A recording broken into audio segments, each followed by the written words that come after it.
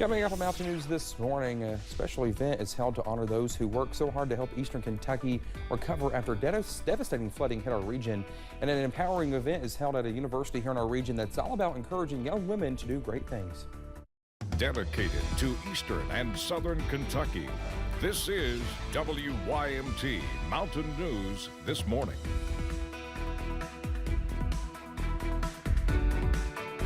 Well, it is Friday. We can finally all just breathe a sigh of relief that the work week, it's almost over for some of us. 6:32 here. I'm Dakota Makris, and after the newscast, the work week's over for me. Let's head over to Brandon for a look at our forecast this morning. And Brandon, don't you dare try to find extra work for me to do once I get done. Don't you dare. Because I know how you are. You'll text me, can you do this, this, and this?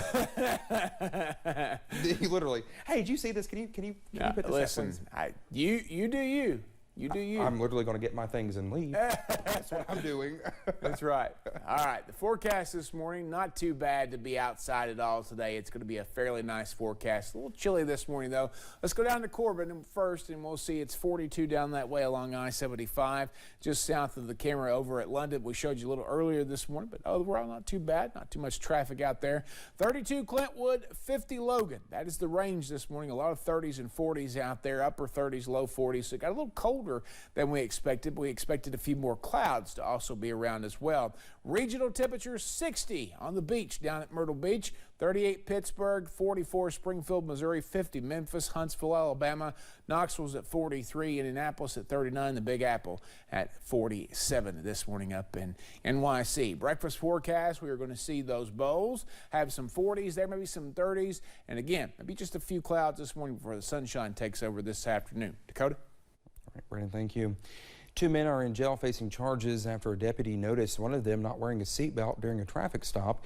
The arrest happened Wednesday night when Bell County Sheriff's deputies were conducting a checkpoint on Highway 217. Bell County deputies say 47-year-old Ronald Williams of Cold Iron in Harlan County was driving, and the passenger, 66-year-old James Gilbert of Loyal, appeared to hide something on his side of his car. Police K-9 searched the outside of the car and alerted on the driver's door.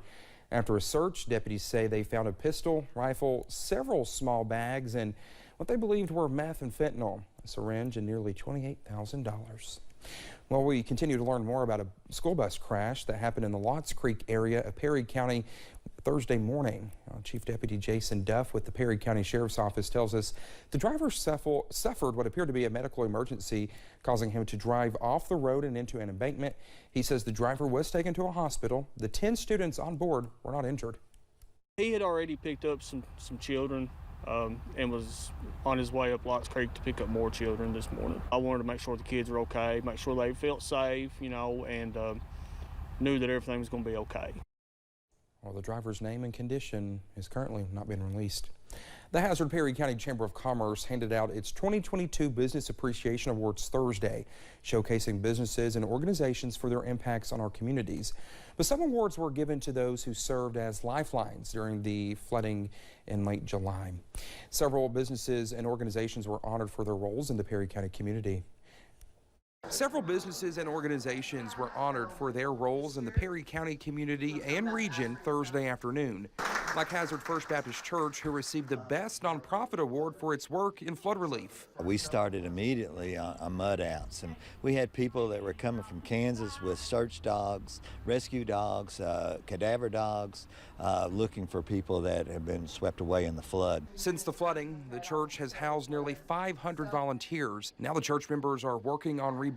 This foundation from Nashville is going to be sending a team in January. In February, we've got another team coming from Massachusetts. So we're seeing teams come from all parts of the country. The Housing Development Alliance received the Best Community Service Award for its work since the flooding. The organization has mucked out homes and is starting to build new homes for those impacted by flooding. Every one of our staff, they've worked incredibly long hours. We've asked them to do stuff they didn't sign up for. Regardless of the awards, they say it is all about working as a community. The need is so huge, and the city and the county really they set the example. They work together well, and then all the groups work together well, and it's what it's going to take. Thinking of their communities as we continue to recover. In Perry County, Dakota Makris, WYMT Mountain News. Well, we'd like to congratulate our media partner, WSGS Radio, for receiving the Community Lifeline Award. The radio station helped provide daily updates to its listeners after the flooding. And we also like to thank the Chamber for recognizing WYMT with the Best Service Award for Large Business Member category. You can find a list of all the winners on our website. Community Trust Bank hosted a luncheon on Thursday, giving out checks from the money raised at this year's Pike County Bowl. Each of the Pike County high schools received a check for $4,747 raised during the annual WYMT Community Trust Bank event in August. Those at the luncheon say the money from the event is always a blessing to the schools. Though the event was once a way to put a spotlight on the area teams, Community Trust Bank officials say it has evolved into something much more in the past 37 years. You know, it's not really the case now, but tradition has carried us forward, and it's a good opportunity for us to raise money and give back to the schools. This year's event raised $28,483 for a total of nearly $998,000 since the inception of the bowl. Coaches are already looking forward to next year's fan favorite event, where organizers expect to reach the $1 million fundraiser mark. The Eastern Kentucky Strong event was hosted at the University of Pikeville on Thursday as girls from around Pike County gathered to be empowered, with women speakers sharing their world experience and several breakout sessions to focus on creating a better future for the area girls. The female focus has fueled more than the high schoolers in attendance. The Pikeville Rotary Club is stepping in with a program that will serve as a sort of a companion piece to the event. But I think it's really important that the Pikeville Rotary Club continues to support the youth of the region and what they do to empower women of the region, to let them know that there are so many more opportunities out there than what the stereotypical opportunities are. Well, they'll announce more about the event next year. They say they are inspired by the work of the women who make the Eastern Kentucky Strong event a success. The city of Sayersville and Magoffin County schools hosted a city park spooktacular. Head Start through second graders at each Magoffin County school dressed up and went on a field trip to trick or treat through the park. Local groups and businesses set up booths and handed out candy. We have a supportive community, we have supportive families, and it's just good for everyone to join together and to be able to do something fun for the kids. One second grader tells us she really enjoyed the pretty weather and getting a bunch of candy with her friends. Just in time for Halloween, it's Bat Week. And did you know 15 different bat species call Kentucky home? They can consume thousands of insects a night. Jason Lindsay takes us to Mount Washington over in Bullitt County, where a wildlife center is working hard to rehabilitate bats across the Commonwealth. We have 15 total bat species in Kentucky. Michaela Rogers is a wildlife biologist.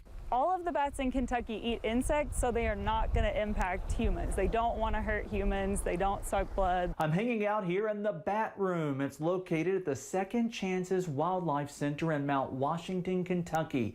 In this room, you're going to find all kinds of bats that are being rehabilitated, like this one here. This is the big brown bat. It is native to Kentucky. Eventually, these bats will be released back into nature. Bats come to us for all sorts of different reasons. Sometimes they might be little pups that might have fallen from their roost site. People find them on the ground. Sometimes cats get bats. They swat them right out of the air. Every once in a while, they will be stuck on glue traps. Very random things too. We've rescued bats that have made their ways in school cleaning buckets, washing machines, car washes, all sorts of odd ways. These fruit bats, not native to Kentucky, were rescued in Texas. We take in a lot of bats each year. We have several permanent residents that we provide lifetime sanctuary for, and then the local bats, the bats that are native to Kentucky, our goal again is always to release them back out into the wild, where they serve a big purpose. Bats are beneficial because they're eating a lot of those pests that we don't like to have around us. They can consume thousands of insects a night, including mosquitoes. You know, the ones that actually suck your blood.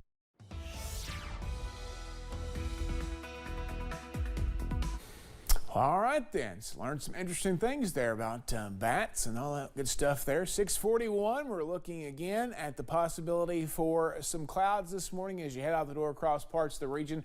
We're continuing to see those factoring into the forecast, but again, I do think we're seeing less clouds in spots because of these air temperatures. 32 in Clintwood this morning, 38 Prestonsburg. But it's interesting, you can tell almost where the clouds are not, but the temperatures. 48 Pikeville, 38 just up the road in Prestonsburg, 32 in Clintwood. So it's kind of spotty cloud cover. Anywhere you're seeing 40s or 50s, I'd say there's a few clouds in there, but a lot of 30s trying to show up this morning. There's some gaps in the coverage. Out the door forecast, nice day. Clouds give way to sunshine. Temperatures top out in the upper 60s a little bit later on. Dakota? All righty, Brendan, thank you so much. The time is 6:42. Still to come here on Mountain News this morning. A new study shows a treatment for those who experience nightmares almost every night could give them some sweeter dreams. Stay with us.